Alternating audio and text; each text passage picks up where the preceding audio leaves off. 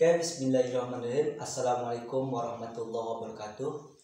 Selamat datang kembali kawan-kawan di channel YouTube Ruang Demokrasi.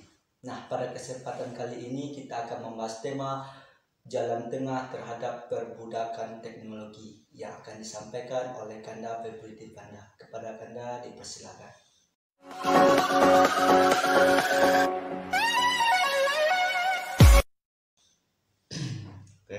Terima kasih sebelumnya saudara saya Sukri. Malam yang berbahagia ini kita ingin membahas mengenai jalan tengah terhadap perbudakan teknologi. Nah, ini berangkat dari refleksi atas realitas dan berangkat dari pengalaman otentik yang kemudian saya tuliskan.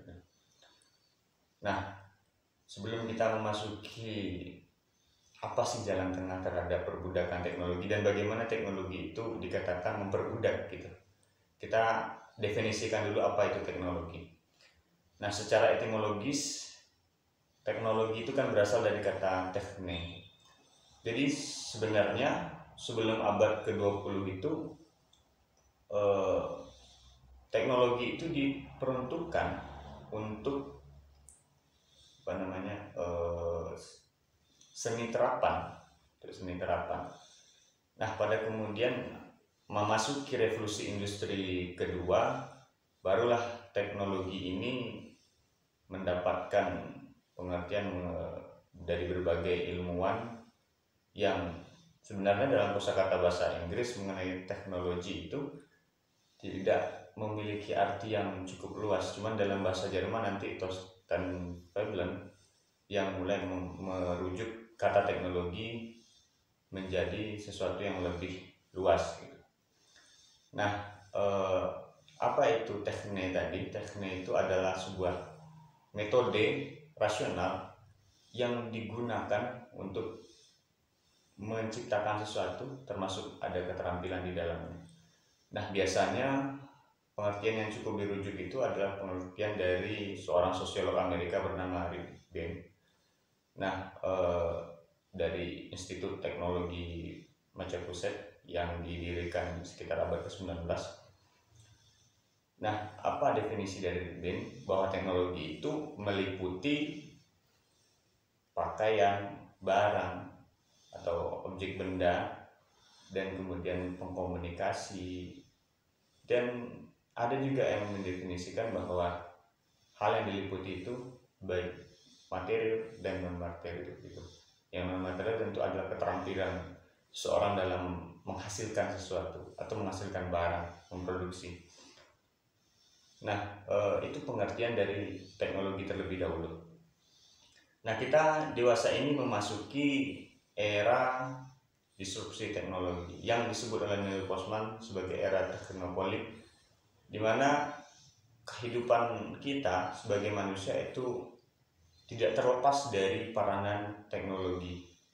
Jadi di seluruh aspek sosial realitas manusia hari ini banyak memakai atau mendistribusikan teknologi di dalamnya. Seperti aspek sosial yang dulu kita silaturahmi secara reality, sekarang bisa virtual. Kemudian dalam aspek politik, misalkan kampanye-kampanye politik tidak lagi perlu memakai spanduk-spanduk, atau bahkan bisa memanage uang keluar membuat spanduk dengan cara ya memasang iklan di media sosial dan yang lain gitu. Jadi dalam berbagai aspek termasuk pendidikan juga, kita di masa COVID-19 kemarin juga menerapkan sistem kuliah daring gitu ya. Kan itu menggunakan teknologi, yaitu teknologi digital.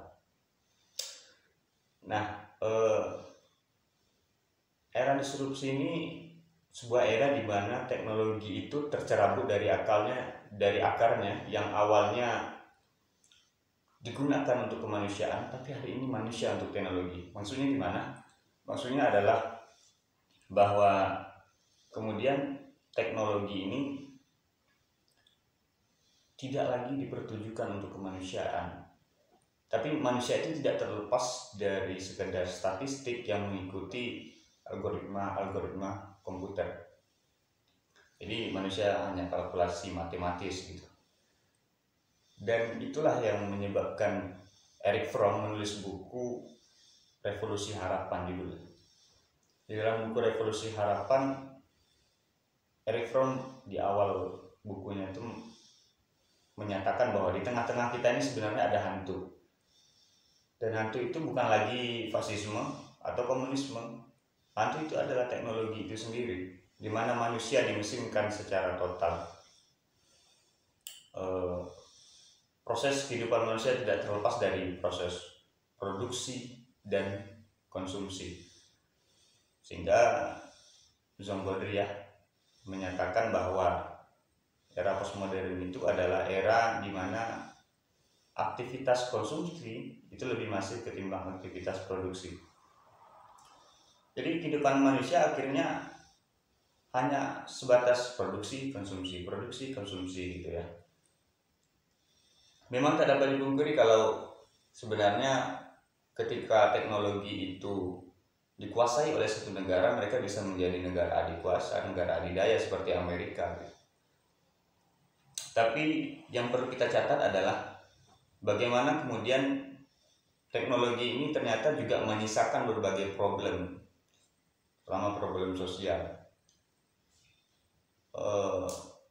Erich Fromm pun di dalam bukunya Masyarakat yang Sehat menyatakan, bayangkan ketika teknologi, terutama teknologi digital itu berhenti berfungsi selama 14 hari saja, mungkin kita akan mengalami kecemasan yang akut, bahkan beribuan penyakit neurotis, kata Erich Fromm.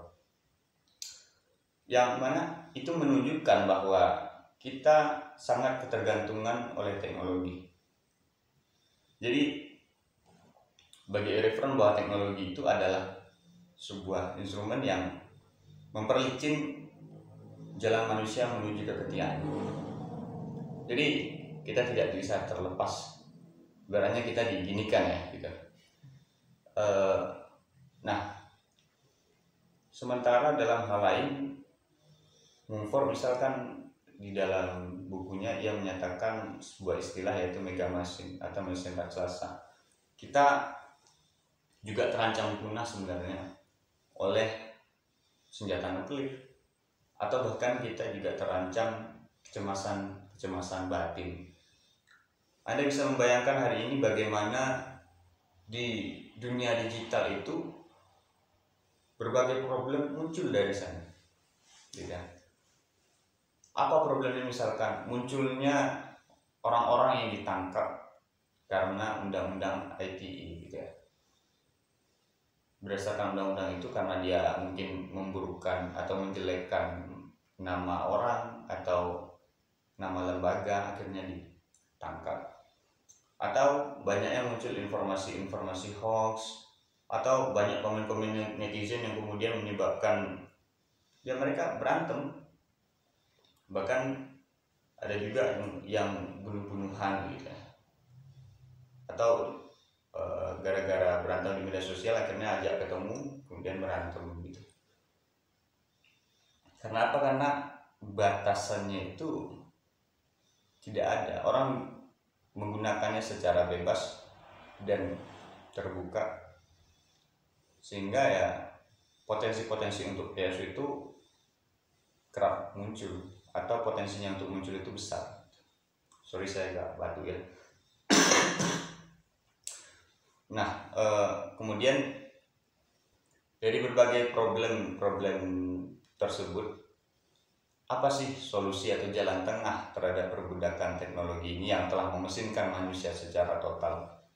Kita tidak bisa mengungkir bahwa ya teknologi mulai dari revolusi industri 1.0 sampai 5.0 sekarang, robotisasi, atau dari zaman manusia mengenal teknologi seperti peralatan atau instrumen untuk memasak, peralatan untuk mereka menulis, ya kan, ketika telah mengenal tulisan, atau peralatan ketika mereka mulai memasak makanan hasil buruannya ketika telah menemukan api. Nah, proses itu kan semuanya berjalan secara evolutif yang tidak mungkin dihentikan. Ketika kita tolak, kita hentikan, maka yang akan terjadi adalah kekacauan proses evolusi dan kita mungkin akan kembali ke zaman primitif ketika kita tolak. Meskipun ada seorang tokoh bernama Charles Fourier yang menolak revolusi industri 4.0 ini, digitalisasi. Nah, lantas apa jalan tengahnya? Yang pertama itu adalah filosofi. Filosofi itu bisa kita definisikan sebagai pandangan hidup. Tapi lebih detailnya bahwa filosofi itu diperuntukkan bagaimana cara kita memandang sesuatu, bukan tentang apa yang kita pandang, tapi bagaimana cara kita memandang sesuatu. Tak bisa dipungkiri bahwa cara kita memandang sesuatu itu akan mempengaruhi, dan itu pengaruhnya cukup besar terhadap tindakan-tindakan dan keputusan yang kita ambil. Misalkan orang memandang bahwa ini bisa menghilangkan panas dalam gitu.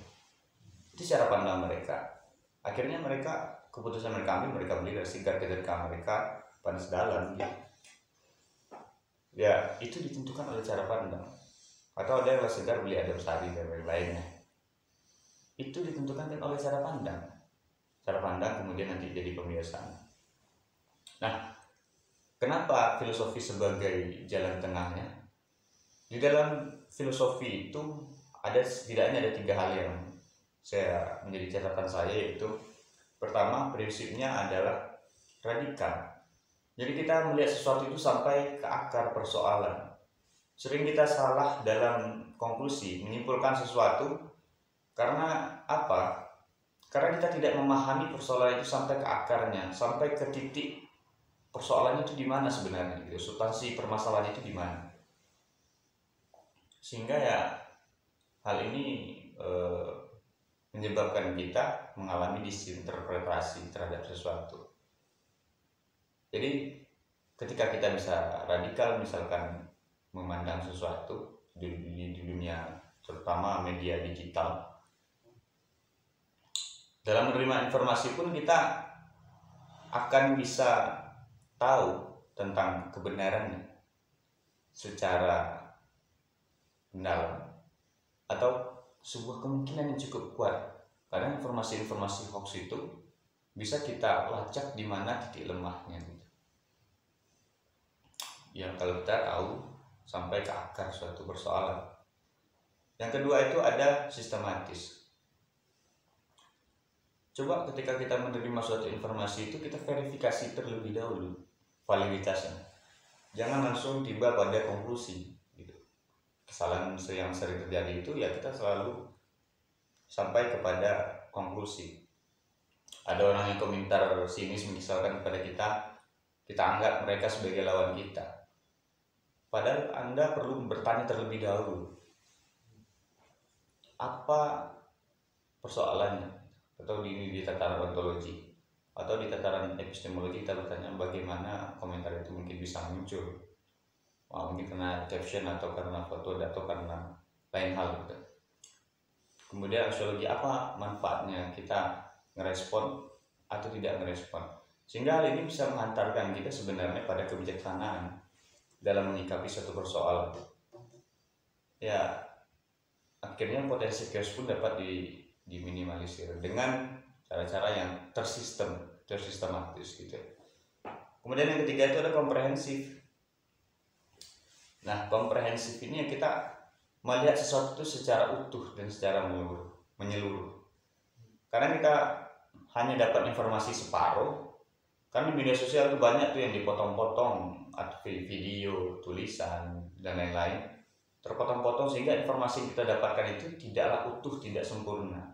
Sehingga dari yang tidak utuh dan tidak sempurna ini, kita menyimpulkan, ya oke lah kalau kesimpulannya itu mendekati benar atau benar gitu ya. Tapi potensi untuk salah dalam penyimpulan itu kan sangat besar gitu. Karena informasi yang kita terima hanya terpotong-potong gitu. Yang kadang disesuaikan dengan kepentingan si pembuat video tersebut gitu ya, atau pembuat suatu konten. Nah, itu yang ketiga. Nah, fasilitas yang perlu kita perdalami adalah di dalam teori kebenaran itu ada koherensi, ada korespondensi, dan kemudian ada pragmatis, dan itu perlu kita lihat. Jadi diuji terlebih dahulu berdasarkan teori kebenaran atau logik atau tidak, sehingga kita tidak mendapatkan kesimpulan yang keliru atau mendapatkan anomali informasi yang potensial menyebabkan chaos tentunya.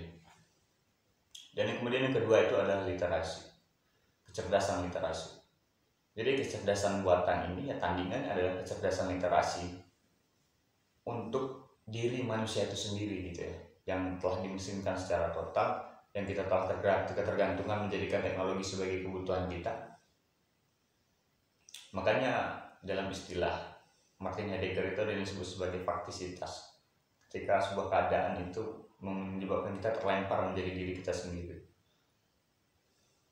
Dalam kecerdasan literasi kita bisa melihat bahwa literasi itu ternyata memiliki peranan yang penting dalam kemajuan suatu zaman. Misalkan di Yunani kuno itu ada literasi karangan Homeros yang berjudul Iliad dan Odyssey, dan karya itu sering dipakai sebagai rujukan dalam buku Plato ketika dimana Socrates berdebat dengan kaum sofis. Jadi bagaimana Athena pada masa itu mengalami kemajuan karena mereka memiliki rujukan literasi dalam berdebat.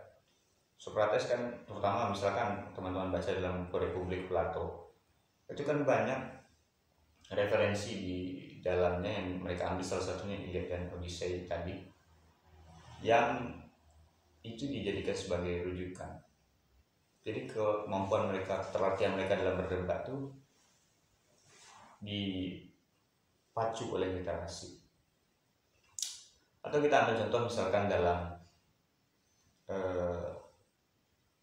munculnya monarki dan sikap absolutisme dari setiap raja-raja, kan mereka banyak merujuk kepada literasi yang ditulis oleh Niccolo Machiavelli. Bukunya judulnya Sang Pangeran. Absolutisme itulah yang kemudian memunculkan benih-benih revolusi. Terutama ada karangan J.J. Ross yang memicu revolusi Prancis, judulnya Kontrak Sosial.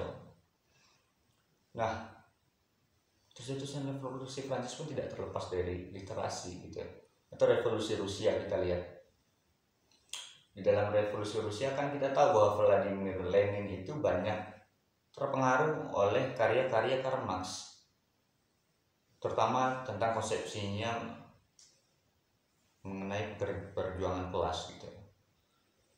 Jadi kemudian ia melambangkan Marxisme di Uni Soviet dengan bentuk komunisme, ya kan, itu terpengaruh dari literasi, terutama karangan-karangan Karl Marx gitu. Jadi sebenarnya literasi ini menentukan bagaimana cara pandang kita terhadap sesuatu dan mengupgrade pengetahuan informasi kita terhadap sesuatu. Jadi sebenarnya di dalam literasi itu yang menjadi kunci penting adalah kemampuan kita dalam mengolah dan menafsirkan simbol atau pertanda. Nah, misalkan ketika kita melihat di jalanan itu ada lambang P, pelang, ya, lambang P. Kemudian P-nya itu dicoret, itu kan kalau orang nggak punya pengetahuan tentang itu, ini lambang apa? Entah dilarang pacaran kah? Ya kan? Tapi ketika orang punya pengetahuan tentang itu, maka dia bisa langsung terkoneksi menafsirkan simbol itu, ya ini dilarang parkir gitu. Nah, makanya saya tawarkan ada 3 hal yang menjadi kunci penting dalam literasi, bahwa literasi itu tidak hanya ditujukan untuk membaca buku. Yang pertama itu adalah reading, membaca, ya, termasuk dengan selain membaca buku yaitu membaca realitas, menafsirkan realitas, menafsirkan suatu fenomena. Nah, itu ketika kita membaca buku, kan kita menafsirkan isi di dalam buku itu, sehingga kita terlatih dan semakin tajam dalam mengolah simbol dan menafsirkan sesuatu. Ketepatan dan akurasi penafsiran kita itu ya ditunjang melalui kemampuan kita misalkan dalam menafsirkan apa-apa yang ada di dalam isi buku tersebut gitu. Jadi semakin berat bacaannya atau semakin berat buku yang dibaca, itu juga akan menunjang kualitas berpikir seseorang, karena dari buku yang berat itu dia bisa menafsirkan gitu kan. Artinya itu akan semakin membuat dirinya, pikirannya, kemampuan dalam menafsirkan juga semakin berkualitas gitu. Nah, yang kedua itu adalah diskusi. Di dalam diskusi itu bagaimana ketika seseorang berdialog antara satu dengan yang lain, dia akan menafsirkan juga. Menafsirkan dari apa yang disampaikan oleh lawan bicaranya. Ketika ia salah menyimpulkan apa yang disampaikan oleh lawan bicaranya, saya pikir mungkin itu salah dalam mengambil konklusi. Itu kan bisa menyebabkan diskusinya tidak berjalan efektif jadinya. Makanya itu perlu dilatih melalui discussion, gitu, melalui diskusi. Keterlatihan kita dalam menafsirkan simbol tersebut di dalam meja-meja diskusi atau berdebat antara satu dengan yang lainnya. Kita tidak hanya menafsirkan simbol, tapi juga membuat simbol, yaitu bahasa yang disampaikan kepada lawan bicara gitu. Dan semakin berkualitas diskusinya, maka itu akan semakin lebih bagus dan lebih baik dalam meningkatkan kemampuan menafsirkan. Nah, kemudian yang ketiga itu action atau tindakan. Di dalam bertindak itu kita mesti mengambil keputusan sesuatu itu memiliki landasan, memiliki pijakan gitu. Harus ada alasan dari setiap tindakan yang kita ambil gitu. Agar apa? Agar kita bisa mempertanggungjawabkan. Ketika kita tidak punya alasan, tidak punya pijakan, tidak punya landasan, apa yang akan kita pertanggungjawabkan? Kita aja nggak tahu kita kenapa alasan kita mengambil tindakan tersebut gitu. Dan tindakan yang bisa kita ambil itu tentu diperoleh melalui penafsiran kita terlebih dahulu, cara pandang kita terhadap sesuatu, dan kemudian tindakan itu akan dihasilkan kemudian. Maka dari itu kita perlu berpikir sebelum bertindak gitu ya. Dan itu diperoleh melalui kualitas penafsiran, kualitas kita dalam mengolah simbol, sehingga tindakan-tindakan kita pun tidak menjadi tindakan yang sifatnya fatalitas gitu, menjadikan tindakan kita fatal gitu. Jadi mari sebelumnya kita sama-sama untuk menyadarkan diri kita bahwa kita hari ini sedang diperbudak oleh teknologi, mengalami false consciousness, barangkali kesadaran palsu. Kita sadar bahwa bahwa teknologi ini telah memperbudak kita, tapi kita tidak tahu, tidak punya cara, metode bagaimana kita caranya untuk keluar dari perbudakan teknologi tersebut. Dan saya kira untuk distribusi teknologi, untuk hal-hal yang saya kira di dalam media digital itu banyak yang sekarang berisi sampah, ya mari kita dengungkan stop making people stupid famous gitu. Artinya jangan dibuat juga orang bodoh itu terkenal lagi gitu, yaitu menyebabkan matinya kepakaran. Jadi bagaimana kemudian seorang produsen teknologi itu yang menghasilkan teknologi itu kembali ke hakikatnya, itu untuk kemanusiaan. Jadi tidak menggunakan teknologi untuk memesinkan manusia. Dan kemudian ketika teknologi telah digunakan secara manusiawi, maka kita akan melihat bagaimana manusia kemudian akan keluar dari penjara dan perbudakan yang diciptakan oleh teknologi itu sendiri. Mungkin sekian, terima kasih. Semoga semua makhluk berbahagia.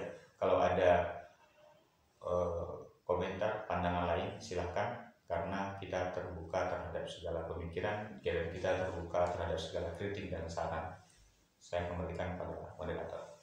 Terima kasih Kanda Febri. Nah, untuk kawan-kawan, jika kiranya channel ini bermanfaat, silakan subscribe karena subscribe itu gratis, dan jangan lupa like, comment, and share. Wabillahi taufiq wal hidayah. Assalamualaikum warahmatullahi wabarakatuh.